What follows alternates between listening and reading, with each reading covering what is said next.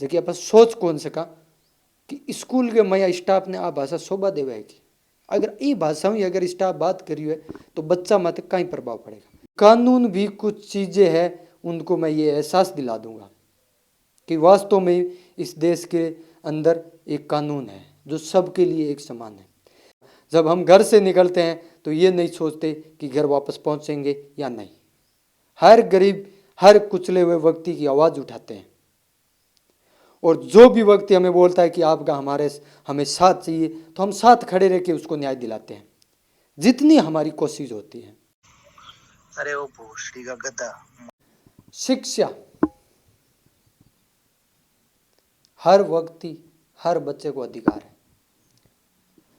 शिक्षा ने मंदिर मान्य क्यों है, लेकिन शिक्षा के मंदिर के मया ही अगर मारपीट शिक्षा के मंदिर के मया जगह रहे धमकियाँ देनी जगह अभिभावक जावे बास आगे बल सुलकी मतलब अदर भाषा का उपयोग करना कठे तक नहीं आई है।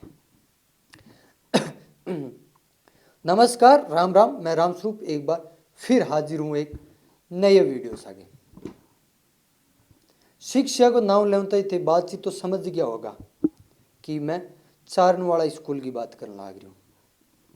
चारणवाड़ा बाई स्कूल अरविंद बाल विद्या मंदिर उच्च माध्यमिक चारणवाड़ा। मेरे पास कॉल आवे शाम के टाइम पे 2124 KWD गजेवाड़ा कि बच्चा के साथ मारपीट की गई और बच्चा की है जगह टीसी काट दी गई। अब एक शिक्षक ने गुरु मान्या करा, अभिभावक आया दो शब्द किया तो गुरु हुआ बिन शांत करना चाहिए। अब बिंग में यहाँ एक बात भी है कि बच्चों बोर्ड की परीक्षा है तो बिंगो साल भी खराब हो सके। शिक्षक इस चीज़ ने सोची भी कौन है, लेकिन आप ये बात हूँ आगे चलांगा।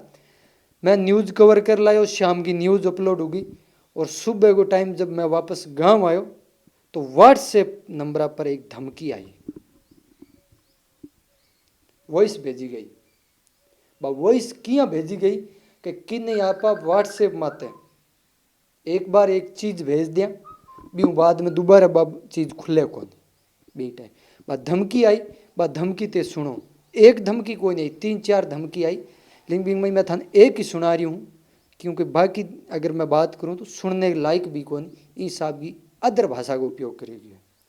जबकि आप सोच कौन सका कि स्कूल के मया स्टाफ ने आ भाषा शोभा देवा है कि अगर ये भाषा में अगर स्टाफ बात करी है तो बच्चा मत कहीं प्रभाव पड़ेगा। सब पहला तो थे ऑडियो सुनो।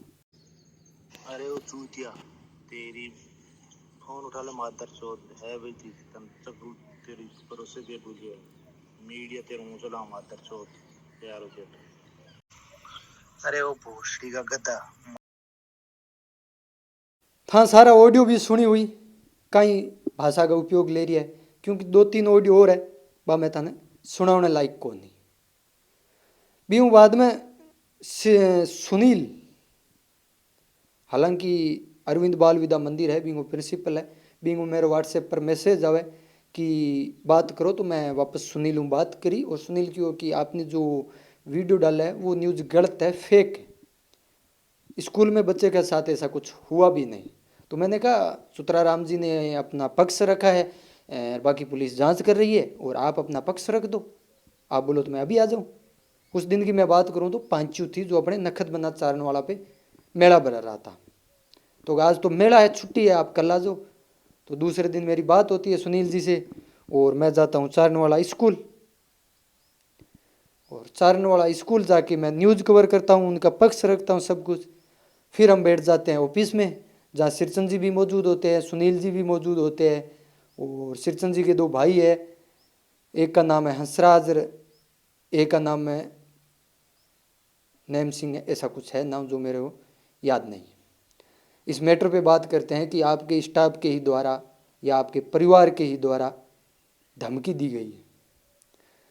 तो सिरचंद जी बाकी तो कुछ नहीं बोलते, हंसराज जी होते वो बोलते हैं कि हमने ऐसी धमकियाँ बहुत सारी दी है और बहुत से लोगों को हमने ठिकाने लगाए हैं, बहुत से लोगों के साथ हमने ऐसे व्यवहार किए हैं, हमारा कोई कुछ नहीं उखाड़ सकता। तो मैंने बोला आप बोल रहे थे कि हम उठा लेंगे जहाँ अकेला मिलेगा वहाँ, तो मैं तो आज आपकी स्कूल में अकेला आया हूँ, आप हाथ लगा के दिखा दो पता चल जाता है आपको।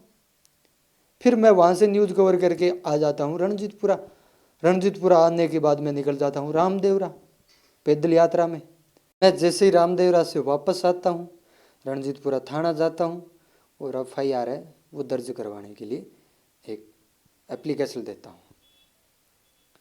पुलिस प्रशासन है जो अपनी कार्रवाई कर रही है, वो कार्रवाई तो अपने आगे देखेंगे, लेकिन बात करते हैं सारे मैटर की।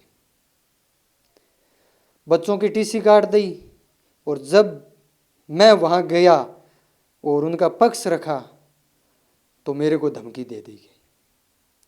और जब मैं स्कूल गया उनका पक्ष रखने के लिए, मैंने पूरा पक्ष रखा और उसके बाद हम बैठ के इस मैटर पे बातचीत कर रहे थे कि धमकी देने वाला कौन था। तो हंसराज बोल रहे हैं कि हमारे बुआ का लड़का है, और ऐसे बहुत सारे मैटर है जो हम करते रहते हैं, कोई हमारा कुछ भी नहीं बिगाड़ सकता।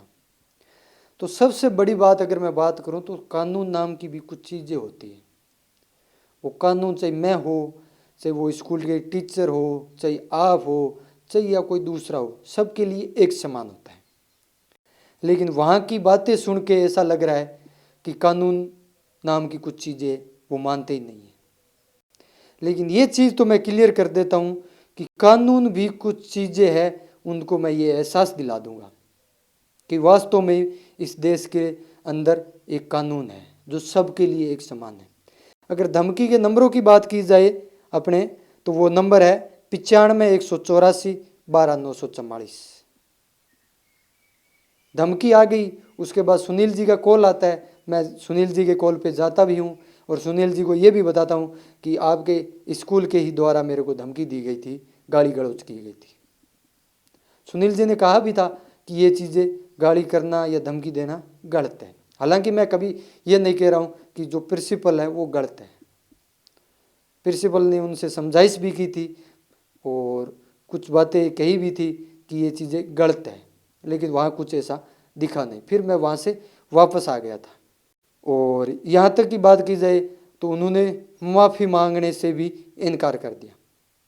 अगर इस मैटर की बात करें, गाली गलौज करना या फिर और कुछ, अगर मैं गलती कर रहा हूँ तो माफ़ी मांगने में मेरे को शर्म कहाँ आती है। लेकिन ऊपर से उन्होंने ये भी कह दिया कि कानून हमारा कोई कुछ नहीं बिगाड़ सकता। अगर कुछ नहीं बिगाड़ सकता कानून, तो अपने सोच सकते हैं कि वो कानून जेब में रखते हैं। क्या देश का कानून इतना कमज़ोर हो गया है?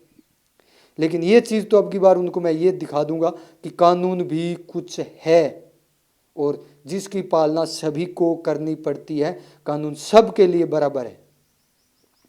अब रणजीतपुरा पुलिस है जो इस मैटर को है, इस बात करूं तो इस जांच को है वो जांच कर रही है।